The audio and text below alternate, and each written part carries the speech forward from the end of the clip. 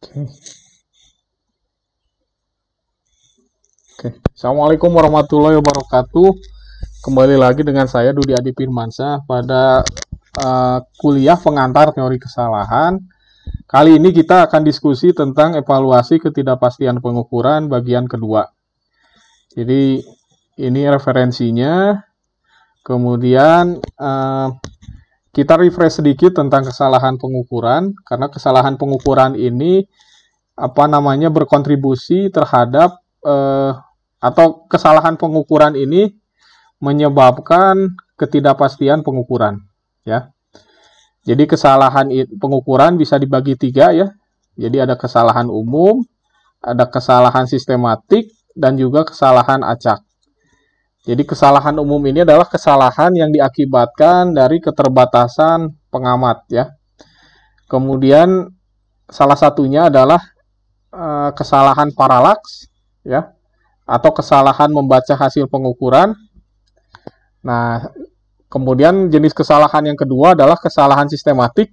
Jadi ini adalah kesalahan yang bersifat seragam yang diakibatkan oleh instrumen.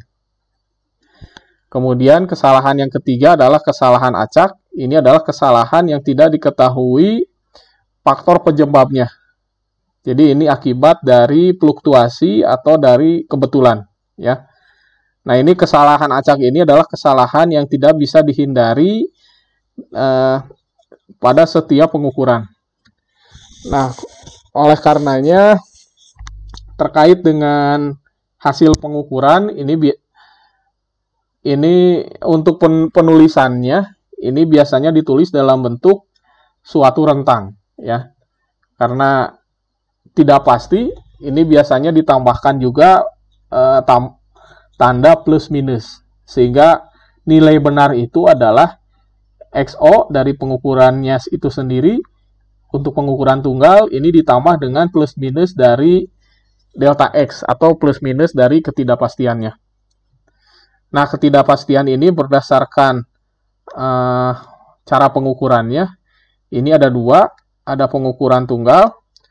Jadi pengukuran tunggal ini adalah pengukuran yang hanya dilakukan satu kali, ya. Jadi hanya dilakukan satu kali. Kemudian nilai benarnya itu adalah dari hasil pengukurannya itu sendiri. Kemudian ketidakpastiannya, delta X-nya itu adalah dari plus minus setengah nilai skala terkecil, ya. Nah, ini berikutnya adalah ketidakpastian pengukuran jamak atau pengukuran berulang, ya. Jadi pengukuran berulang ini adalah salah satu cara untuk mengatasi atau untuk mengurangi ketidakpastian acak, ya. Nah, untuk pengukuran berulang, ketidakpastiannya ini bisa dihitung dari nilai standar deviasinya, ya, dibagi dengan akar N. Kemudian dari pengukuran tunggal dan pengukuran jamak ini menghasilkan dua jenis ketidakpastian. Yang pertama adalah ketidakpastian mutlak, ini dihasilkan dari pengukuran tunggal, ya. Jadi ini pengukuran tunggal, ya. Jadi ini pengukuran tunggal. Kemudian untuk relatif ini dari pengukuran berulang, ya. Ini pengukuran berulang. Kemudian pengukuran relatif ini bisa kita nyatakan sebagai delta X dibagi dengan nilai rata-rata, ya. Jadi ketidakpastian relatif ini adalah ketidakpastiannya itu sendiri dibagi dengan nilai rata-rata. Nah, dari sini kita bisa menentukan jika nilai ketidakpastian relatifnya 10%, maka angka pentingnya hanya 2, 1% 3 angka penting, kemudian 0,1% ini bisa 4 angka penting. Tetapi sekali lagi ini disesuaikan juga kalau dalam konsep kalibrasi dengan kemampuan dari standarnya, ya.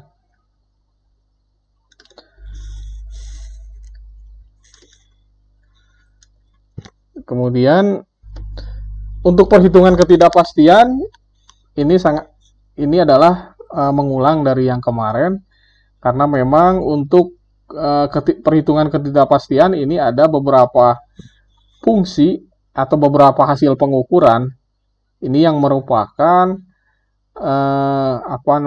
hasil dari operasi dari beberapa besaran, ya, terutama ini untuk besaran turunan, ya.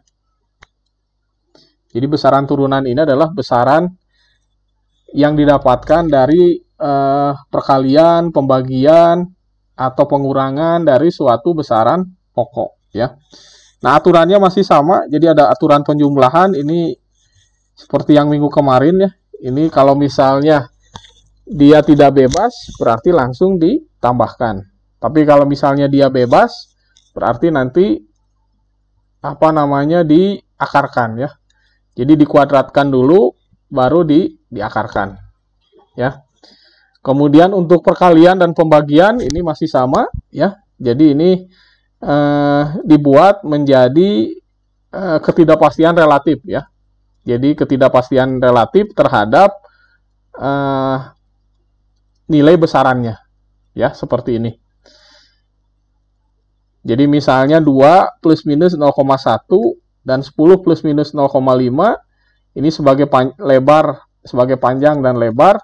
Untuk menghitung suatu luas berarti nanti dikalikan.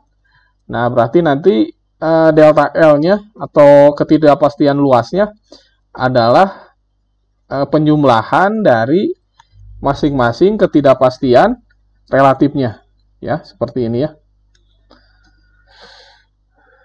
Nah, ini untuk ketidakpastian hasil perkalian dan pembagian. Ini masih sama, kemudian pangkat juga masih sama, ini tinggal dikalikan aja dengan ketidakpastian relatifnya. Kemudian ini kalau misalnya perkalian dengan konstanta, ini kalian harus lihat dulu apakah ketidakpastiannya adalah ketidakpastian relatif. Jika memang ketidakpastian relatif, ini tidak perlu dikalikan. Tapi kalau misalnya ketidakpastiannya absolut, berarti kita harus dikalikan, ya. Oke, sekarang kita ke evaluasi ketidakpastian pengukuran. Ini mirip dengan yang sebelum UTS. Jadi evaluasi ketidakpastian pengukuran ini adalah untuk membantu mengidentifikasi sumber-sumber ketidakpastian, ya. Nah, di sini tahapan-tahapannya mulai dari penentuan fungsi pengukurannya. Kemudian nanti jika sudah jelas Y sama dengan fx1 sampai fx1 sampai xn, maka nanti kita bisa menentukan turunan parsial. Nah, dari turunan parsial ini nanti bisa menghitung yang namanya koefisien sensitivitas. Kemudian dari koefisien sensitivitas itu misalnya CI dikali UI kecil, itu bisa menghasilkan ketidakpastian standar. Kemudian jika masing-masing ketidakpastian standar itu sudah kita ketahui, ini kita bisa menghitung ketidakpastian gabungan, ya. Nah, kemudian dari ketidakpastian gabungan ini kita bisa menghitung nanti dari masing-masing derajat kebebasannya, kita bisa menghitung derajat kebebasan efektif. Kemudian dari derajat kebebasan efektif, ini dengan tabel testudent atau dengan Excel, itu bisa menghitung faktor cakupan. Jika diketahui tingkat kepercayaan atau confidence levelnya berapa gitu. Jadi yang paling banyak adalah 95%, ya.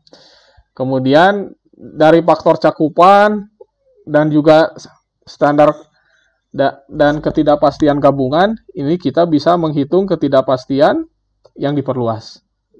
Kemudian nanti jika U besar sudah ada, kita bisa menuliskan hasil besarannya, ya, dalam bentuk Y plus minus U besar. Oke, ini tahapannya mirip, ya. Ini bisa kalian baca. Kemudian kita ke model pengukuran. Jadi model pengukuran ini biasanya Y sama dengan fungsi dari X1, X2, dan Xn. Jadi X-nya itu adalah besaran yang berkontribusi, ya. Kemudian misalnya ini dalam suatu pengukuran Y itu sama dengan Y dari pengukuran adalah Y standar plus koreksi. Jadi koreksi, mungkin jangan lupa kalian koreksi sama dengan standar dikurangi penunjukan misalnya. Ya. Maka penunjukan sama dengan standar dikurangi koreksi, ya. Jadi mirip dengan ini ya, dengan fungsi yang kedua, ya.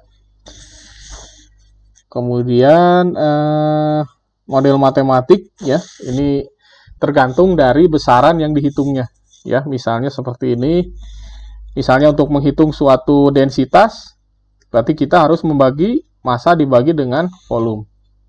Kemudian gaya itu adalah massa dikali percepatan atau massa dikali percepatan gravitasi, ya. Nah, ini model matematik ini tergantung dari apa besaran yang kita ukur, ya. Jadi tergantung dari besarannya. Ya. Kemudian model matematik kita beranjak ke klasifikasi komponen ketidakpastian. Ini sudah pernah kita diskusikan, ada tipe A, ada juga tipe B. Ya. Jadi kalau tipe A ini adalah dari pengukuran berulang, sehingga nanti pengolahannya ini menggunakan cara statistik. Kemudian ada tipe B, ini adalah ketidakpastian yang didapatkan dari apa? Dari informasi, ya. Oke, kita lihat, ya. Jadi tipe A ini adalah ketidakpastian yang didapatkan dari sejumlah pengamatan yang saling bebas, ya. Jadi intinya adalah pengamatannya secara berulang, ya. Nah, cara perhitungannya adalah dengan yang pertama adalah kita harus menentukan nilai rata-rata. Kemudian dari nilai rata-rata itu, jadi yang pertama adalah dari sekian banyak data berulang, ya, ini data berulang.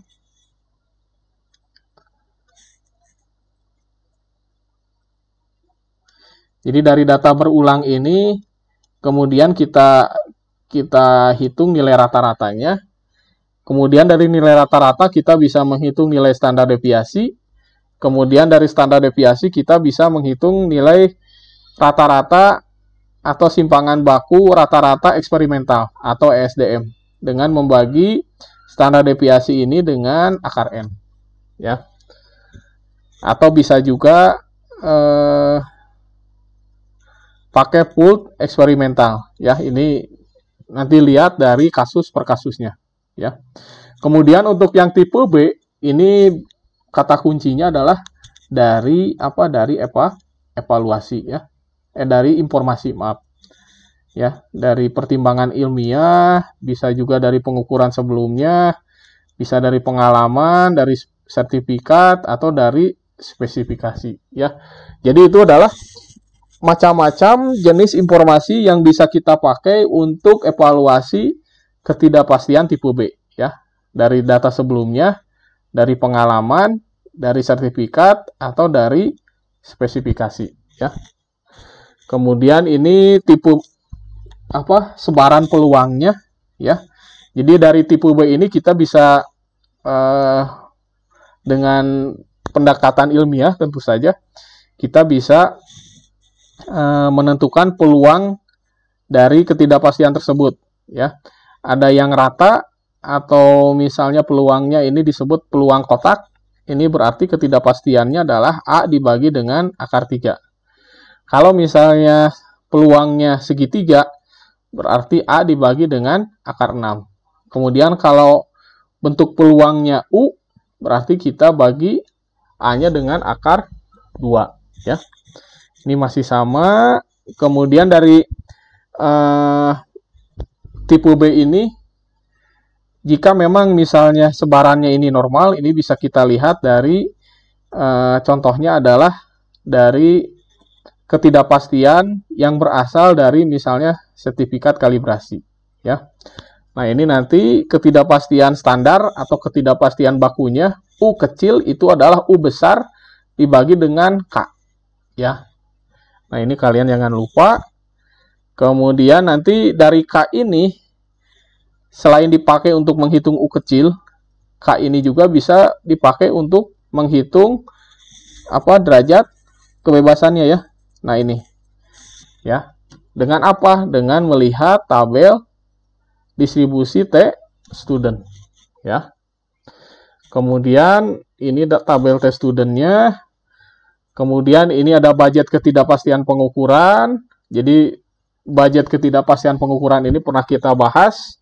Ini adalah suatu tabel yang menulis atau mendaftarkan satu persatu sumber ketidakpastian, ya, seperti ini, ya.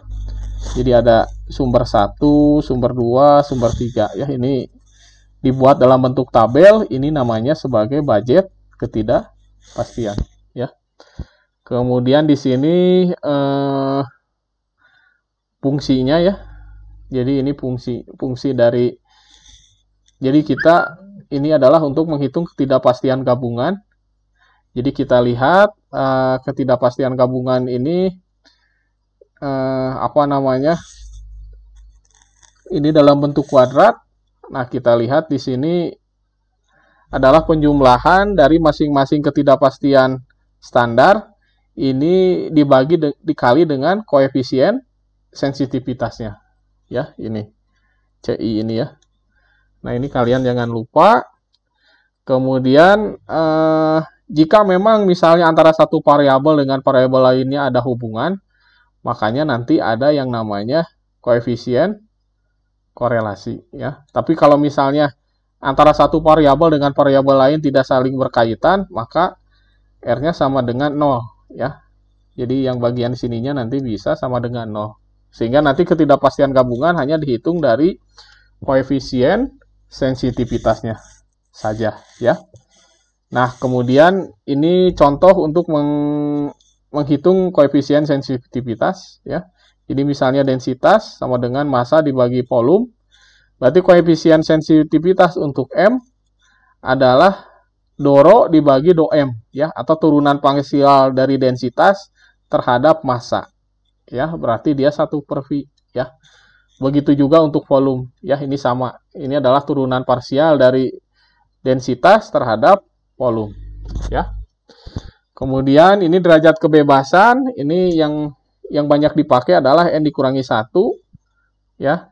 Jadi kalau misalnya jumlah percobaannya 5, berarti derajat kebebasannya adalah 4, ya. Karena didapat dari 5 dikurangi 1. Kemudian ini yang full, ini lihat juga nanti informasinya. Kemudian untuk yang tipe B dari distribusi normal, yang tadi dari sertifikat, ya. Ini kita bisa menghitung derajat kebebasan, ya. Dari K ini kita bisa menghitung derajat kebebasannya adalah 60. Untuk tingkat kepercayaan berapa?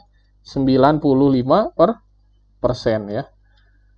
Ini untuk 95%, ya, untuk nilai ini, ya. Oke. Nah, ini derajat kebebasan juga nanti kalian lihat, ya, persamaan garisnya, ya. Kalau memang dia pakai regresi, kemudian dia ada 2 konstanta, berarti nanti pengurangnya 2, ya. Kalau konstantanya 3, berarti pengurangnya 3, ya.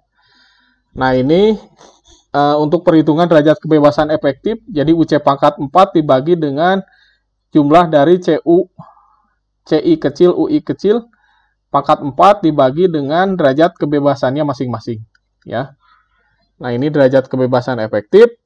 Kemudian dari derajat kebebasan efektif, nanti kita bisa menghitung dari VF, ya. Dari VF ini nanti kita bisa menghitung K, ya. Nah, nanti setelah K-nya diperoleh, kita bisa menghitung derajat kebebasan yang diperluas, ya. Ini harusnya U besar ini, ya, bukan U kecil, ya. Nah, ini pelaporan hasil pengukuran ini pernah kita diskusikan. Kalau memang misalnya kurang dari 5%, berarti diteruskan. Tapi kalau memang lebih dari 5%, ini harus dibulatkan. Ya, ini kalian bisa cek lagi. Ya, ini pernah kita diskusikan. Nah, ini untuk pelaporan hasil, ini sering kalian lihat. Kemudian ini contoh. Nah, ini adalah untuk pengukuran daya ya. Ini power ya. Jadi daya itu adalah power itu adalah kalau untuk listrik VIT ya, VIT ya. Nah, kita lihat di sini fungsinya seperti ini ya. Nah, kita lihat kalau fungsinya sudah jelas, maka kita bisa menghitung derajat kita bisa menghitung koefisien sensitivitas. Ya. Misalnya koefisien sensitivitas untuk pengukuran tegangan. Oh, berarti ini diturunkan aja terhadap tegangan. Oh, berarti 2V ya. Kemudian ini terhadap rho. Oh, berarti ini -1 ya. Nah, ya. Nah, ini. Nah, jadi ini dasarnya adalah dari kalkulus ya. Kalian jangan lupakan konsep turunan ya. Karena ini turunannya masih turunan yang sederhana ya. Oke, ketidakpastian gabungan ini sama ya. Oke, nah ini untuk latihan soal nanti bisa kita diskusikan di di tutorial ya. Kemudian ini ya.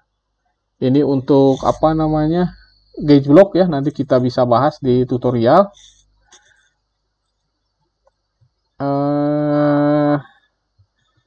Oke, jadi sebagai penutup, ini ketidakpastian harus diperhitungkan dalam menentukan kelayakan ukur suatu alat setelah dikalibrasi.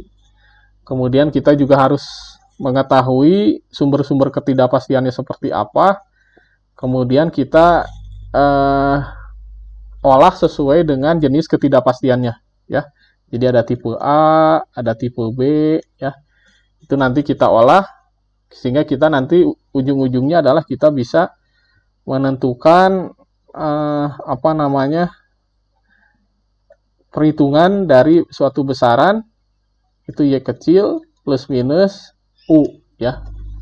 Nah, ini nanti sebagai pelaporan dari hasil kalibrasi ya. Terima kasih atas perhatiannya. Wassalamualaikum warahmatullahi wabarakatuh.